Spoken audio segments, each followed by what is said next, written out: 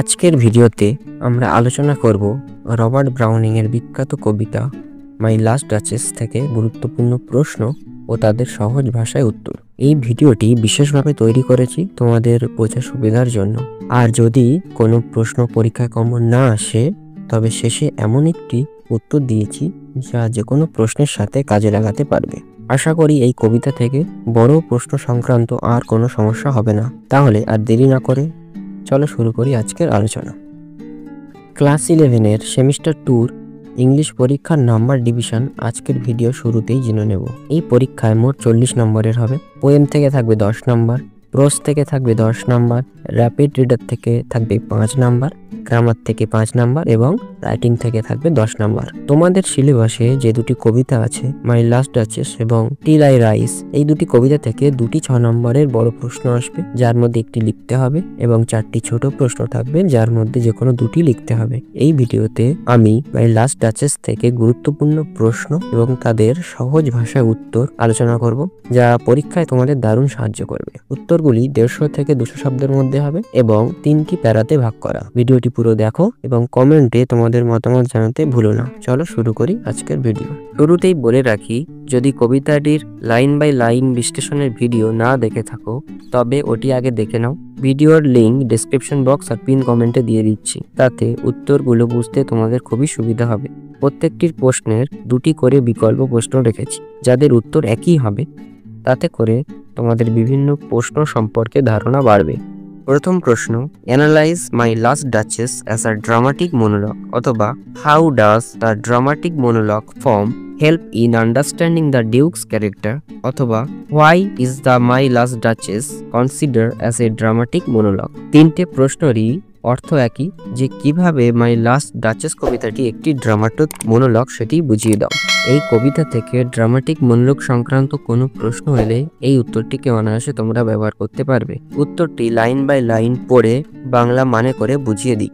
First প্যারাটি হলো, my last duchess is a dramatic monologue where the duke of Ferrara speak to a visitor about a portrait of his late wife. অর্থাৎ my last duchess কবিতাটি একটি dramatic monologue, যেখানে duke of Ferrara একমাত্র বক্তা, তিনি কথা বলছেন একজন ভিজিটার অর্থাৎ একজন দূতের সাথে তার মৃত স্ত্রীর ছবি নিয়ে, যিনি ছিলেন তার শেষ duchess. The poem is entirely in the Duke's voice. পুরো কবিতাটি ডিউকের কথা আছে, অর্থাৎ পুরো কবিতাতেই আমরা ডিউকের বক্তব্যই শুনবো, যেহেতু এটা একটি ড্রামাটিক মনোলগ যেখানে একজন স্পিকার হয়, আর এই ক্ষেত্রে স্পিকার হলো Duke. And through his speech we learn a lot about his character. তার কথার মাধ্যমে তার চরিত্র সংক্রান্ত আমরা অনেক কিছুই বুঝতে পারি।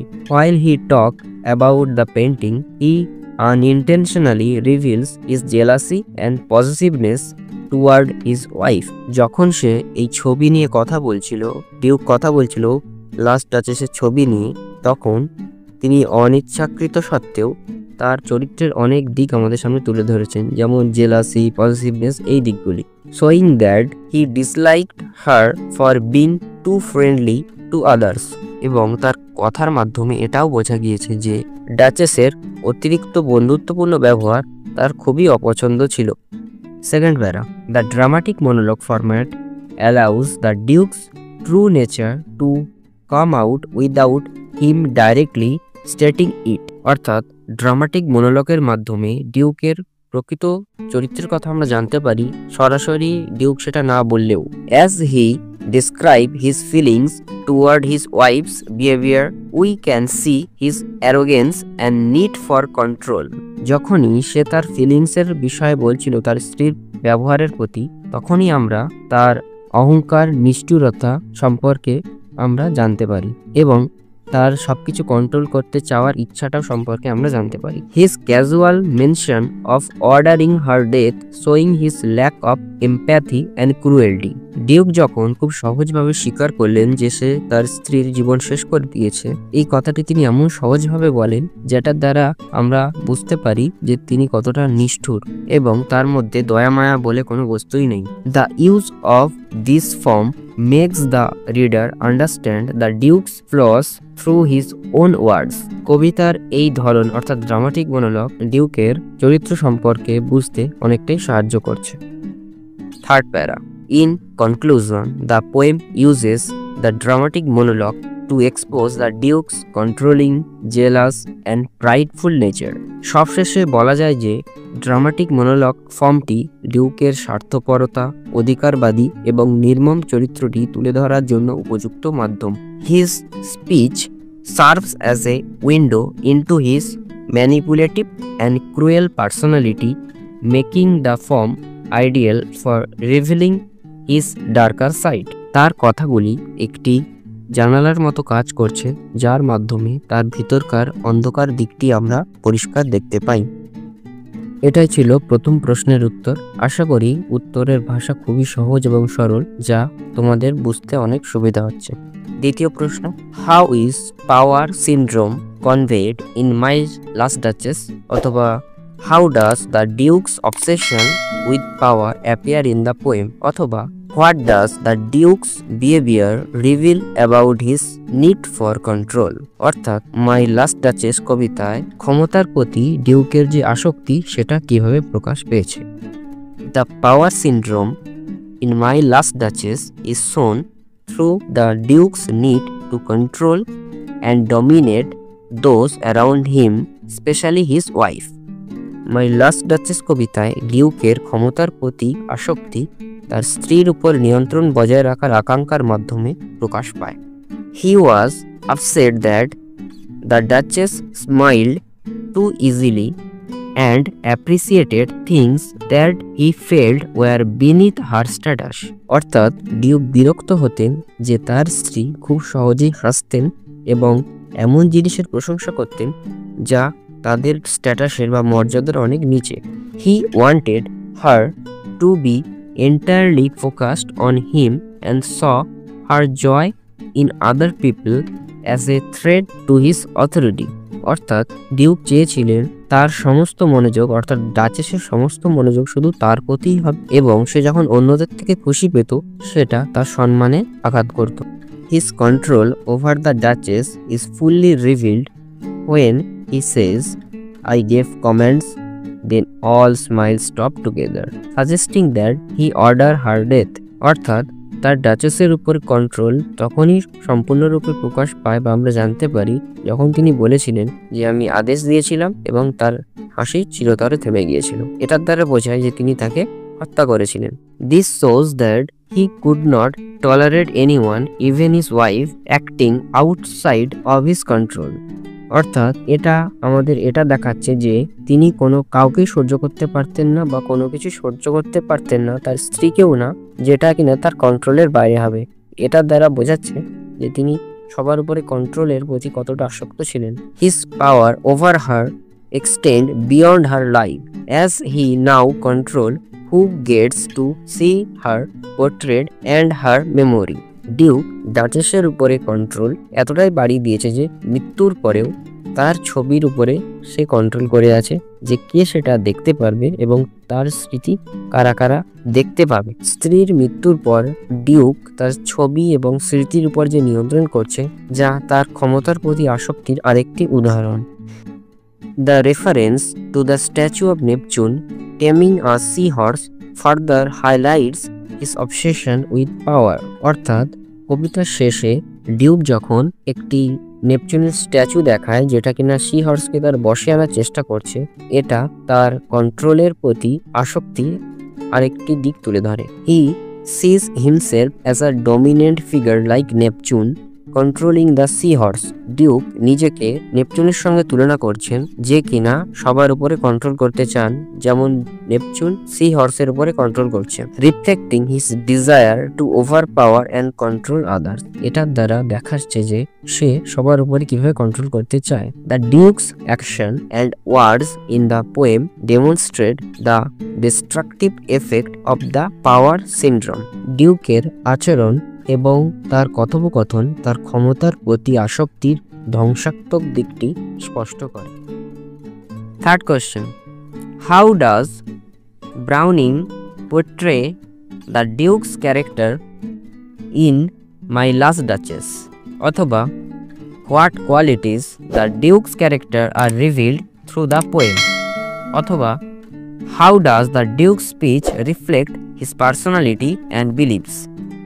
অর্থাৎ মাই লাস্ট ডাচেস কবিতায় ব্রাউনিং কিভাবে ডিউকের চরিত্রটি ফুটিয়ে তুলেছে, অথবা কবিতার মাধ্যমে ডিউকের চরিত্রের কি কি গুণ প্রকাশ পায়? উত্তরটি হলো, Browning portrays the duke as a proud, controlling and arrogant man in my last duchess. অর্থাৎ মাই লাস্ট ডাচেস কবিতায় ব্রাউনিং ডিউককে একজন গর্বিত, নিয়ন্ত্রণকারী এবং অহংকারী মানুষ হিসেবে তুলে ধরেছেন। Through his dramatic monologue, the duke unintentionally reveals his dark and obsessive personality. ড্রামাটিক মোনোলগের মাধ্যমে ডিউক তার নিজের অজান্তেই তার অন্ধকার দিকটি আমাদের সামনে তুলে ধরেছে। He disliked the Duchess for her friendly and cheerful behavior, believing that her smile and attention should be reserved only for him, showing his possessive nature. Duke তার স্ত্রীর আনন্দময় এবং বন্ধুত্বপূর্ণ স্বভাবকে অপছন্দ করতেন, কারণ তিনি মনে করতেন তার স্ত্রী শুধুমাত্র তার প্রতি হাসি বা মনোযোগ নিবেদন করবেন। এটি ডিউকের অধিকারবোধ এবং সংবেদনশীলতাহীনতার মনোভাবকে দেখায়। Second para, the Duke's pride in his 900 years old name highlights his obsession with status and power. Duke তার 900 year old নেমের প্রতি গর্বিত, যা তার মর্যাদা এবং ক্ষমতার প্রতি আসক্তি প্রকাশ করে। He feels insulted when the Duchess values simple joys as much as his prestigious heritage. তিনি অপমানিত বোধ করতেন যখন তার স্ত্রী যে কোনো ছোট জিনিসকে সেই গুরুত্ব দিত যে গুরুত্ব তার 900 বছরের পুরনো ঐতিহ্যবাহী নামকেও দিত। His casual mention of ordering her death, "I gave command, then all smiles stopped together," reveals his lack of empathy and cruelty, as he values his pride more than her life. যখন সে বলেছিল যে তার আদেশে তার স্ত্রীর জীবন শেষ করে দেওয়া হয়, এটার দ্বারা বোঝায় যে তার মধ্যে সহানুভূতির অভাব রয়েছে এবং সে কতটা নিষ্ঠুর। সে তার স্ত্রীর জীবনের থেকে তার অহংকারকে বেশি গুরুত্ব দেয়। থার্ড প্যারা, Browning uses the Duke's word and tone to expose his authoritarian personality. অর্থাৎ ব্রাউনিং ডিউকের কথার মাধ্যমে তার কর্তৃত্বপরায়ণ ব্যক্তিত্বকে আমাদের সামনে তুলে ধরেছেন। His control over the Duchess portrait symbolize his continued dominance even after her death. অর্থাৎ তার স্ত্রীর মৃত্যুর পরেও তার ছবি এবং স্মৃতির উপর তার যে নিয়ন্ত্রণ, এটা বোঝায় যে তার দখলদারি মানসিকতা তুলে ধরে আমাদের সামনে।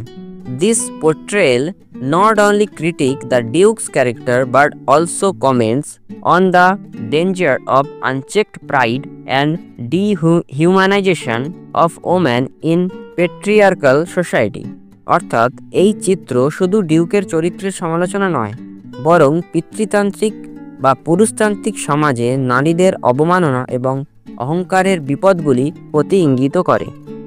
4 নম্বর প্রশ্ন, how does the duke's behaviour reflect the attitude toward marriage and women during the renaissance or Victorian এরা? অর্থাৎ ডিউকের আচরণ কিভাবে রেনেসাঁ বা ভিক্টোরিয়ান যুগে বিয়ে বা নারীদের প্রতি দৃষ্টিভঙ্গি প্রকাশ করে, অথবা what does the poem reveals about the status of women during the renaissance or Victorian এরা? অর্থাৎ কবিতাটি রেনেসাঁস বা ভিক্টোরিয়ান যুগে নারীদের অবস্থা সম্পর্কে কি প্রকাশ করে, অথবা how does the Duke's treatment of the duchess show the social norm regarding women in the past? অর্থাৎ ডিউকের স্ত্রীর প্রতি আচরণ কিভাবে অতীতের সামাজিক নিয়মে নারীদের অবস্থানকে দেখায়। The Duke in My Last Duchess reflect the patriarchal attitude towards women during the Renaissance and Victorian eras. অর্থাৎ মাই লাস্ট ডাচেস কবিতায় ডিউকের আচরণ রেনেসাঁ ও ভিক্টোরিয়ান যুগে নারীদের প্রতি পুরুষতান্ত্রিক মনোভাবকে প্রকাশ করে। Women were often seen as possessions rather than individuals, and their primary role was to serve their household and uphold family honor. এই যুগে নারীদের স্বাধীন ব্যক্তি হিসেবে নয়, বরং পুরুষদের সম্পত্তি হিসেবে দেখা হতো। তাদের প্রধান দায়িত্ব ছিল স্বামীর ইচ্ছা মেনে চলা এবং পরিবারের সম্মান রক্ষা করা। The Duke's dissatisfaction with the Duchess' friendly nature shows his belief that her attention and affection should belong solely to him.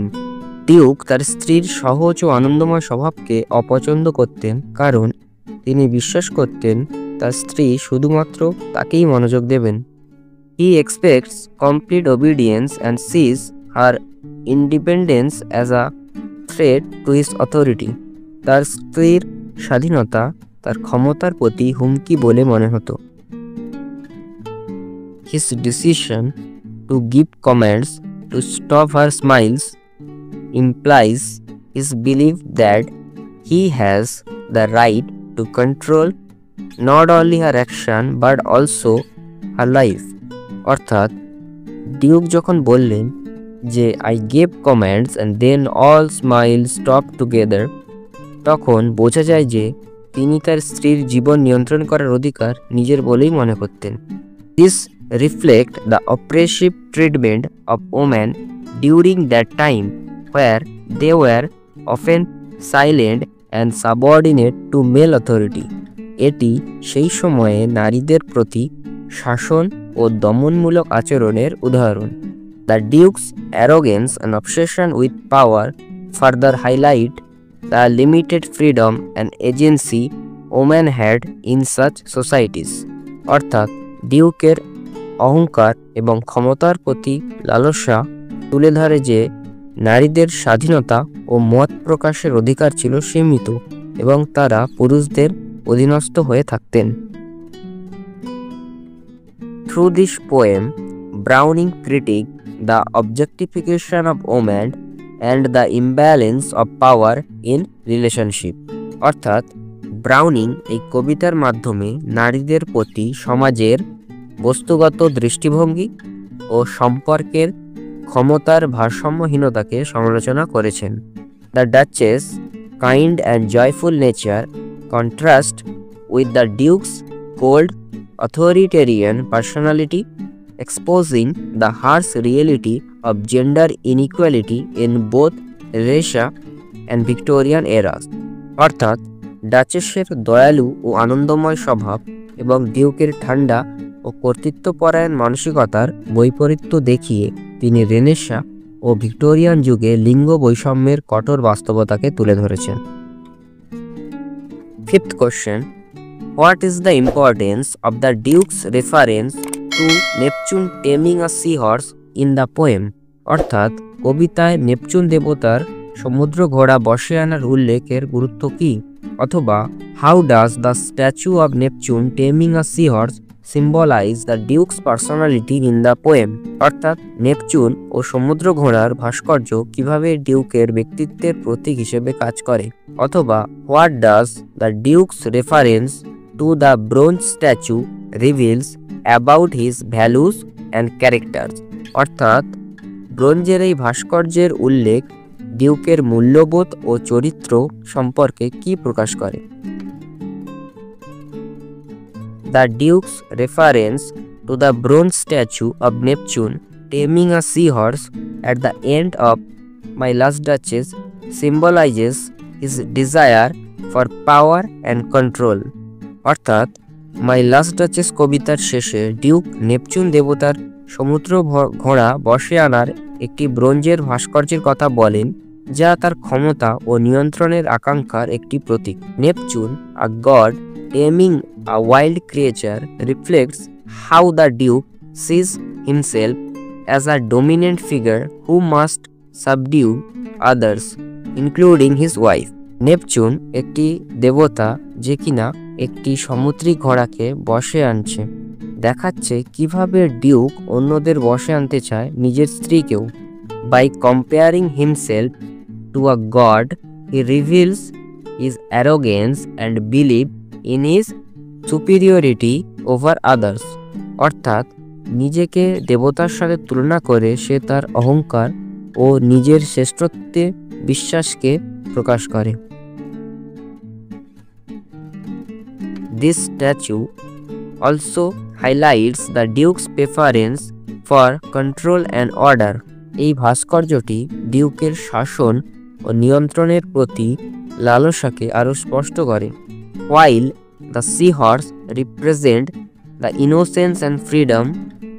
Neptune symbolize authority and dominance, যেখানে সমুদ্র ঘোড়া নিষ্পাপতা ও স্বাধীনতার প্রতীক এবং নেপচুন কর্তৃত্ব ও দমনের প্রতীক। The Duke's pride in owning the statue further reflect his materialistic nature and his obsession with possession, including his wife, whom he treated as an object rather than an individual. এই ভাস্কর্য নিয়ে ডিউকের গর্ব তার ভোগবাদী ও সম্পত্তিমুখী মানসিকতা প্রকাশ করে এবং সে তার স্ত্রীকেও সম্পত্তির একটি অংশ বলে মনে করতেন, নাকি কোনো ব্যক্তি বলে মনে করতেন। This reinforces the idea that the Duke values power and control above human relationship. এর দ্বারা আমাদের ধারণা হয় যে ডিউক ক্ষমতাকে বেশি গুরুত্ব দিত সম্পর্কের থেকে। The reference to Neptune taming a seahorse serves as a final insight into the Duke's personality.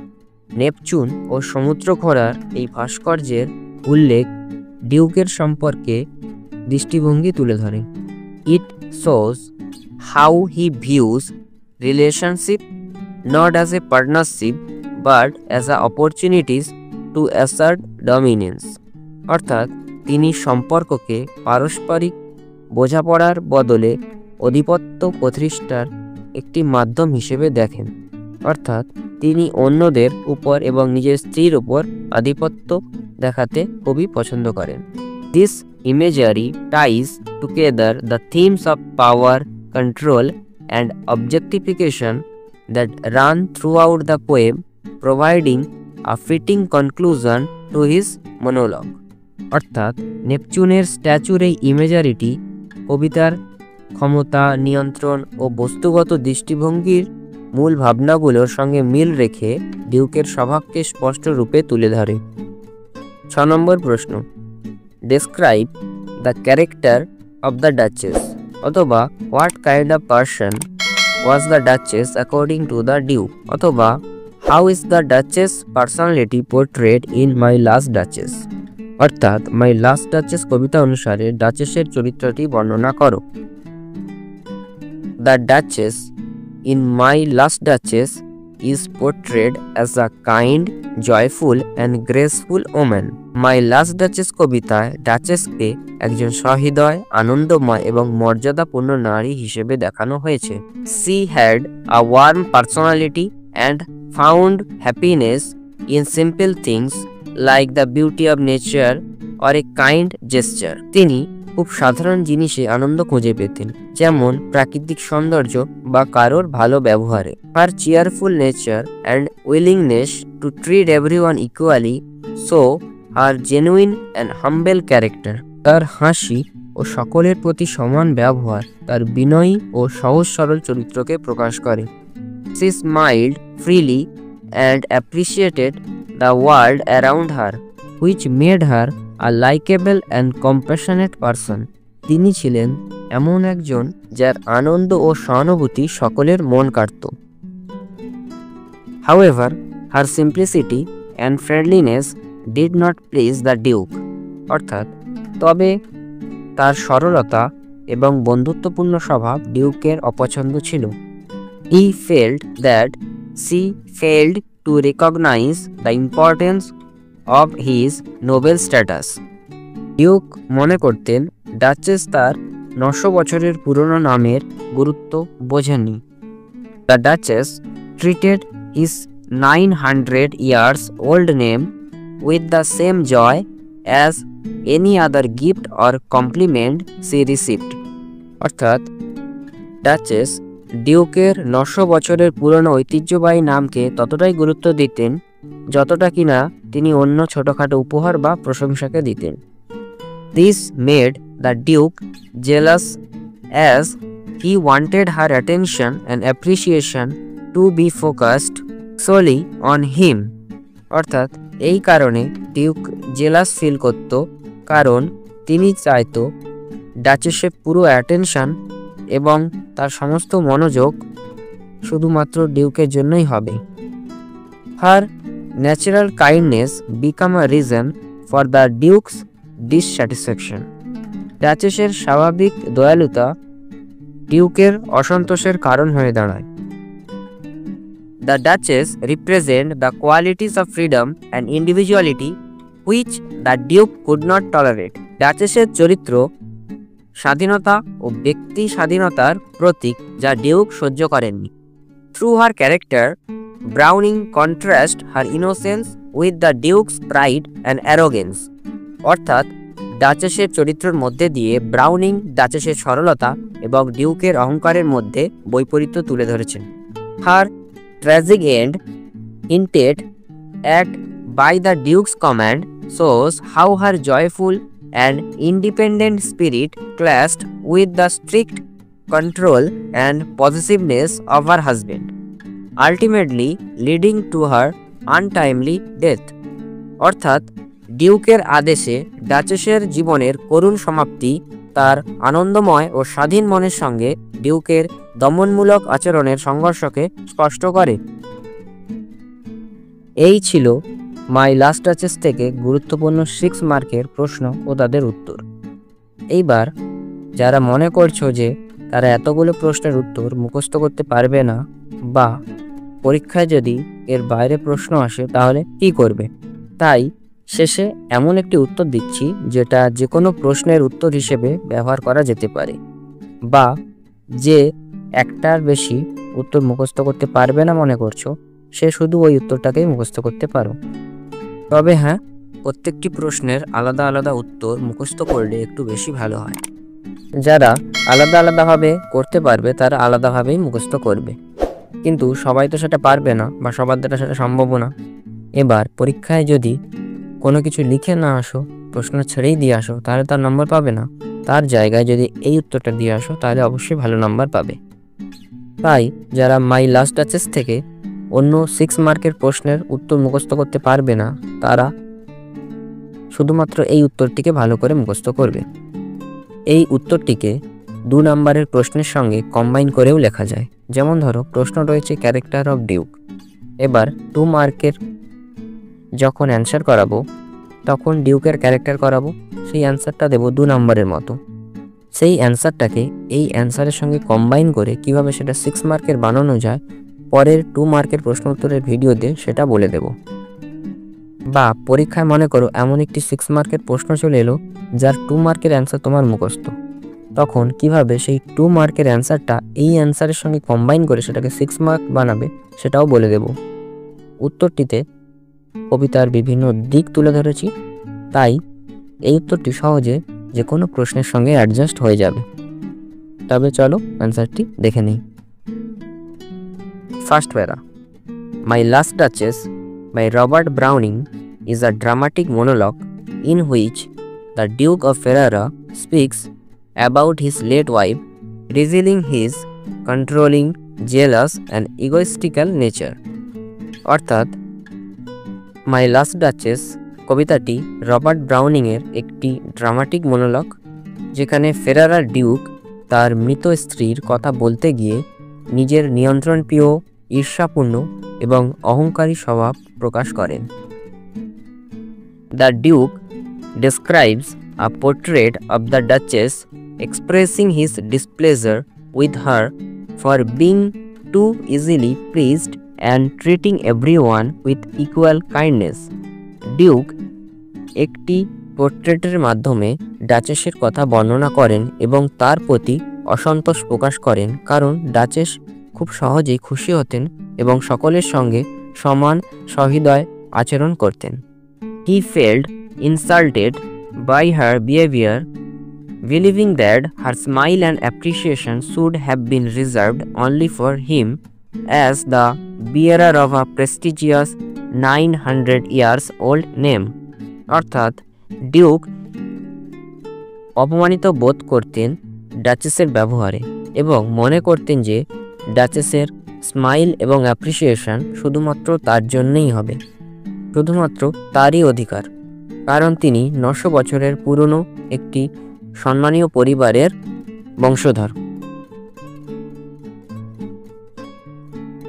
Through stubble hints in his speech, the Duke implies that he ordered her death with the line, "I gave commands, then all smiles stopped together." ডিউকের কথায় ইঙ্গিত পাওয়া যায় যে তিনি তার স্ত্রীর মৃত্যু ঘটিয়েছিলেন। "I gave command, then all smiles stopped together" এই লাইনটি এটি স্পষ্ট করে। Chilling revelation showcase his desire to exert power over the Duchess, turning her into an object he can control even after her death, by showing her portrait only to those he chooses. এই ঘটনা ডিউকের শক্তি প্রদর্শনের ইচ্ছা এবং ডাচেসকে তার নিয়ন্ত্রণে রাখার আকাঙ্ক্ষাকে প্রকাশ করে। এমনকি মৃত্যুর পরেও ডাচেসের পোর্ট্রেট তিনি শুধুমাত্র তাদের দেখাতেন যাদের তিনি বেছে নিতেন। The duke's cold demeanour and fixation status reflect his aristocratic pride and sense of enlightenment, অর্থাৎ ডিউকের ঠান্ডা মনোভাব এবং মর্যাদার প্রতি অতিরিক্ত গর্ব তার অভিজাত অহংকার এবং ক্ষমতার প্রতি আসক্তিকে তুলে ধরে।